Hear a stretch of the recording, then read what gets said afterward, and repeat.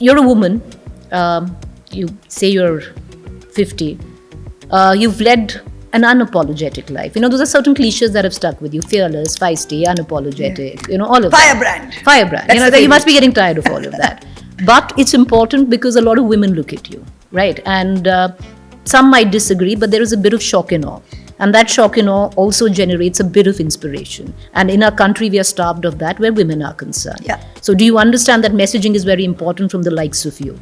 So what is it that you'd like to, maybe say to a lot of young women who are watching this? My message, Preeti, one thing I would like to tell the young women in this country is that you have to be true to yourself. Be true to yourself. If you are who you are, then be true to yourself. Do not try and be somebody else. Very often, all too often, it's very easy to read what is the zeitgeist of the times and try and fit ourselves to it. And then, people think, oh, you're smart, but you're actually mirroring something that somebody's already said.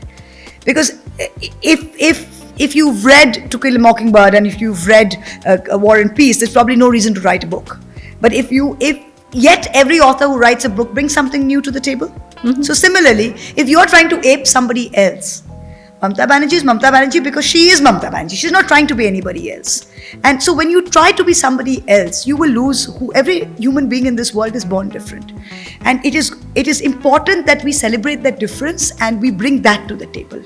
It's very important to bring that to the table. You talk about books. That's the most important thing. So I would tell every young woman, I understand it may be easier for me. Maybe I had supportive parents. I had a lot of privilege that a lot of people don't have. I had a Mount Holyoke education. So it's probably not so easy for women to follow the path I did. But even within your limited sphere, try and be true to yourself.